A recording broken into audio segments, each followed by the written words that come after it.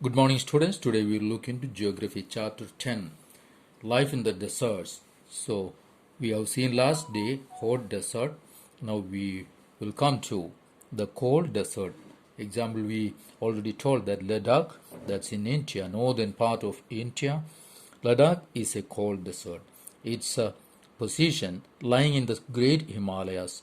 Okay, so it's on the eastern side of Jammu and Kashmir. The Karakoram Range in the north and the Sanskar Mountains in the south enclose it. So it's in the middle. It's a valley that's in between these mountain ranges, Karakoram and Sanskar. And north is the Great Himalayas or the Himadris. We have seen last chapter.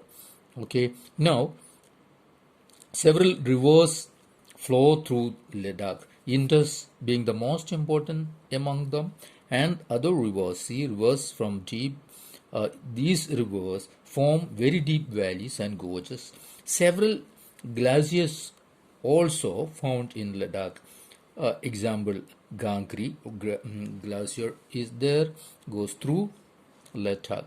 Now, the altitude in Ladakh varies from about 3,000 meter, that's in Kargil, to more than 8,000 meter in Karakoram. Karakoram ranges, so there it's 8,000 and 3,000, that is the lowest. Okay, due to its high altitude, the climate is extremely cold and dry. The air at this altitude is so thin that the heat of the sun can be felt intensely. See, though it's very cold region because of its altitude, but air is very thin, so heat is very intense. There, the temperature, it's not that temperature is not there, but the heat is very intense. The day temperature is in summer are just above 0 degree, okay, and the night temperatures fall to minus 30 degrees Celsius. So it's freezing cold in the winters. There during winter it's minus 40 degrees Celsius for most of the time, whether it's day or night. Okay, so as it lies in the rain shadow of the Himalayas, there is little rainfall, no rainfall at all. Okay, so it's a rain shadow region. That means the opposite side of the mountain where the monsoon wind hit. So see, monsoon wind comes from southwest. Okay, southwest monsoon comes and hits the um, south western part of the Himalayas, and the eastern side comes what in the rain shadow region, and that place doesn't get rain. Okay, but see, around 10 centimeter uh, rainfall every year this gets. See, means annual rainfall is just 10 centimeter. The area experiences freezing winds and burning hot sunlight. Sunlight, see, it's very burning. That's because of thin air. Okay, so it is said that, see, if you sit in the sun with your feet in the shade, you may suffer from both sunstroke and frostbite at the same time. So that means freezing cold and biting sun heat. That is the condition there. See, we see the map here, page number 74. Map is there. The Ladakh region you can see here. This is Ladakh, and see the mountain ranges is there. Is the see Himadri or the Great Himalayas, that is north, and the other sea ranges here given. Okay, rivers flowing from here, that also you can see. Several Indus river being the most important, and that is, see, Indus is coming from Tibet, China. It is Indus is coming from Tibet, then through Kashmir, Ladakh, and going into Pakistan. Okay, so this is the sea glacier, Siachen mountain range, and Siachen glaciers there.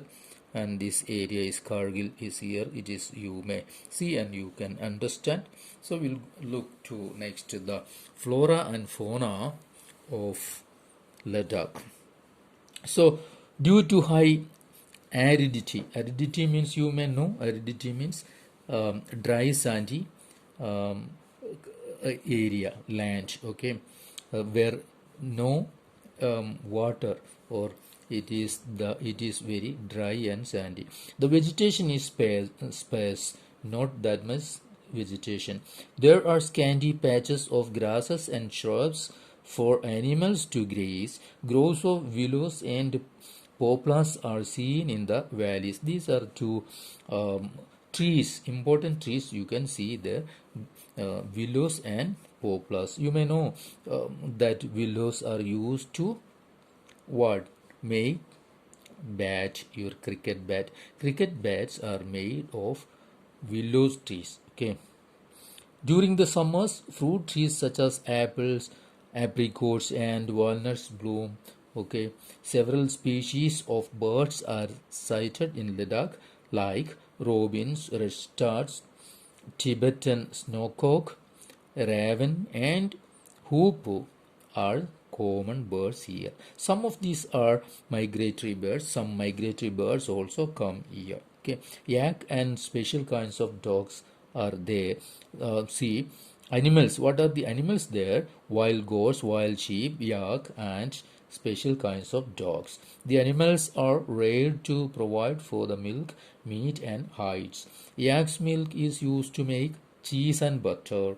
The hair means the wool of the sheep and goat is used to make woolens. And as we saw earlier, hide is used to make leather items. Now the people, see, you have seen it earlier also, I think. Ladakh was earlier also mentioned. So there mostly Muslims and Buddhists are residing this area. In fact, several Buddhist monasteries are there in Ladakh, you may see, and is their gompas are famous, known. Some famous monasteries are Hemis, Tiksi, Shei, and Lamayurnu. These are some of the important monasteries there.